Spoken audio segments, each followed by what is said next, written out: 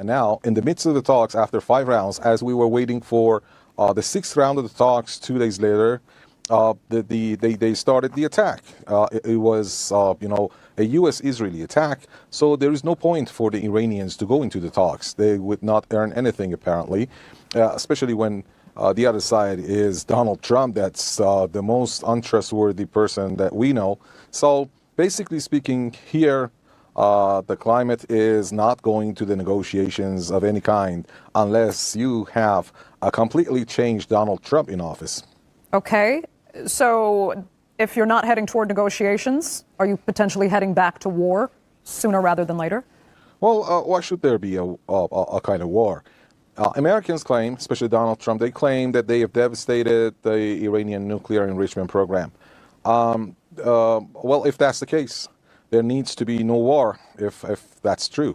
While we do all know, including DIA intelligence report in the U.S. also said the same, that they've done their best, they've dropped their worst bomb, that's GBU-57, but they have failed to devastate Iran's Fordo nuclear facility, or they have inflicted partial damage to the machines, but not to all machines, not to all hulls, and not to the enriched uranium stockpile. So altogether, Donald Trump has done what he could alongside Israel. They did their best, but they have failed. They say that they have devastated everything. If that's the case, there's no point for another round of war. If that's not the case, then well, we should wait and see what they have up their sleeves, because they have done their best and they have failed. Actually, they have their move has backfired. They have changed Iran's nuclear orientation. Iran was the most transparent country at the IAEA. The largest number of man-hours of inspections have been carried out in Iran on Iranian nuclear facilities. But after Gerussi, the IAEA chief, set the stage for a resolution which paved the ground for the Israeli-American attack, now Iran has suspended its cooperation with the IAEA. It has backfired. My point here is that their moves, their hostile moves, are pushing Tehran to the corner to change its nuclear doctrine altogether, especially considering that, according to the latest polls, a larger number of people are demanding a nuclear bomb by Iran. Okay, and that you've said the position of the United States and how Iran feels toward that, but Israel is also in the equation, and if Israel decides it feels threatened, it will go after Iran again, and the U.S. will likely back those actions. Is Iran ready for that kind of confrontation again? Is this helping anyone in the long term here? Yeah, Iranians are getting ready the same way that Israelis are getting ready. Both sides have been trying to mend their air defense systems. They have been replacing and mending their air defense systems. Also, Tehran has warned that it will start using its modern arsenal of missiles that would be more devastating, carrying larger payloads, and they come faster, and they cannot be traced so easily. And they were not used in past attacks on Israel. Political and diplomatic support has been provided to Tehran for the past couple of weeks, especially after Russia's former president and prime minister Medvedev said that several countries are now ready to provide Iran with nuclear warheads. That was a great, support that they rendered to Iran.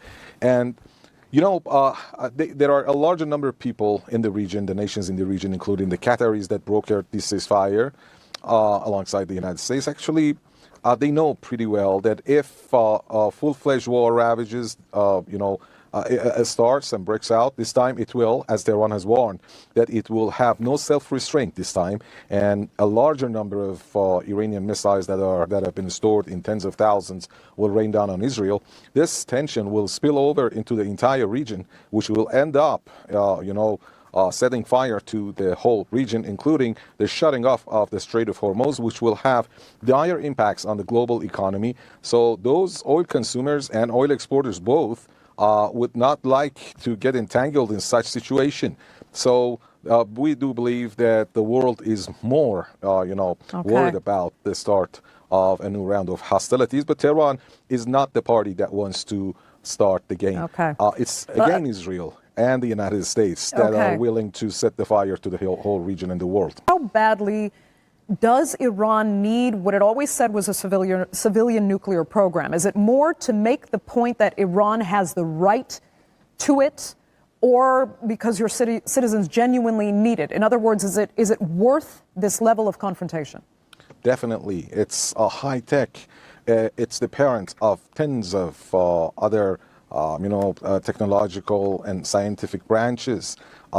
This is one part. Actually, the problem with Iran's nuclear program is not with its nuclear program.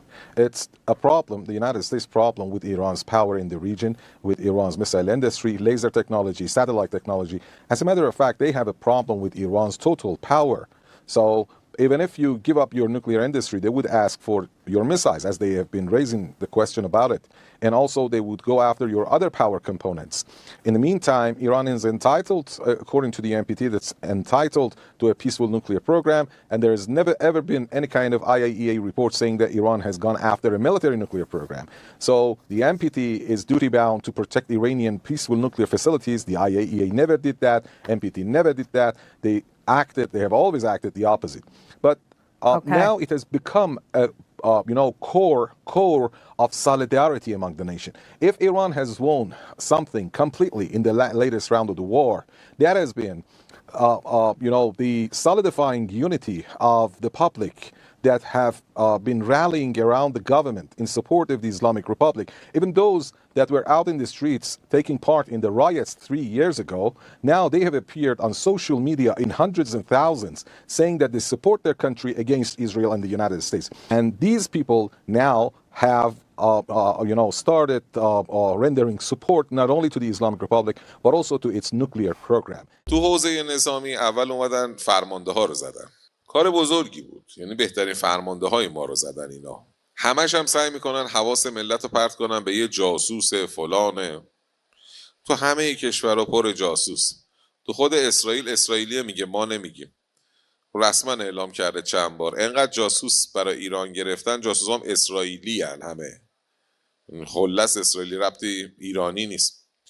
انقدر جاسوس گرفتن یه ساختمون جدید، یه بند جدید زندان درست کردن به نام زندانی‌های جاسوس ایران. مثلا برای ایران وزیر جاسوس داشت. ما خودش گفتم مال جدیدم نیست، مال چند سال. یکی از وزرای سابقش برای ما جاسوسی میکنه. جاسوس باید داشته باشی، جاسوس نفوذی باید داشته باشی، رو زمین هم داشته باشی، اطلاعات ماهواره، اطلاعات ردیابی موبایل خاموش، حتی خاموش هر جور موبایلی ها. فکر نکنید فقط این اندروید هاست، موبایل های نوکیا کوچیکا قدیمی هم باشه فرق نمیکنه. اپلیکیشن های واتساپ، اینستاگرام و بقیه و ماهواره، تصاویر ماهواره‌ای، پهپادی، همه اینا رو جمع میکنه میده به سیستم هوش مصنوعی.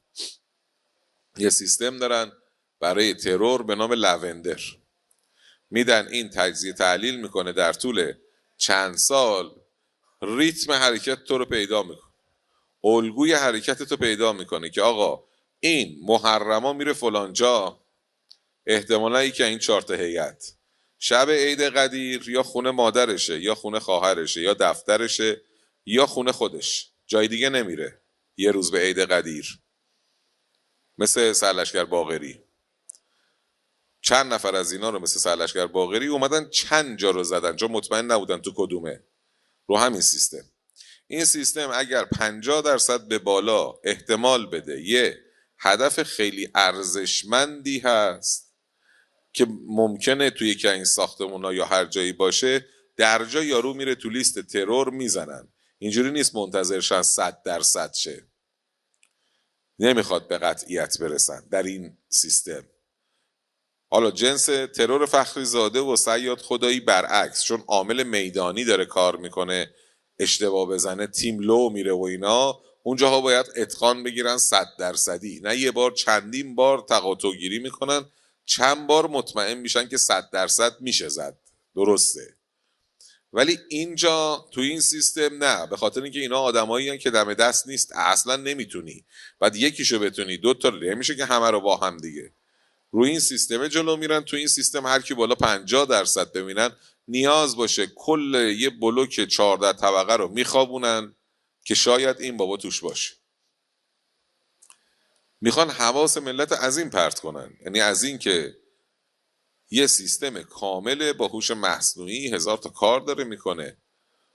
میخوان فکر کنیم که دنیای 30 سال پیشه، هنوز دنیای جیمز بانده که یه نفر بیاد یکی رو لو بده یکی بکشه. گذشت اون دورانا. قصه خیلی الان پیشرفته تره. خب اومدن اینا رو زدن، بعد داشتن جلسه شورای امنیت ملی رو میزدن که سران رو بزنن، دنبال آقا بودن. علاوه بر اینا چندین نفر دیگر هم میخواستن بزنن که نتونستن. حالا به غیر از آقا و سران قوا و اینا که نتونستن، چندین اقدام هم کردن برای سران ولی نتونستن. چندین نفر دیگر هم میخواستن بزنن، هم نظامی هم تو سیاسیون، که نتونستن. بعد به 100 نفر از سردارامون زنگ زدن که اینها رو یا بخرن یا بترسونن. یه نفرم آدم حسابشون نکرد. بعد به یه سری سیاسیون گندمون زنگ زدن بترسوننشون. حالا علی لاریجانی خودش هم اومد جلو دوربین گفت. به خیلی های دیگه هم زنگ زدن، هیچکی آدم حسابشون نکرد. تو این هدف شکست خوردن. تا اینجا زدن، یه سری سردارامون رو گرفتن، آدمای منحصر به فرد رو گرفتن، ولی اون پروژه اصلی که بیایم کل سر نظام رو بزنیم و نتونستن.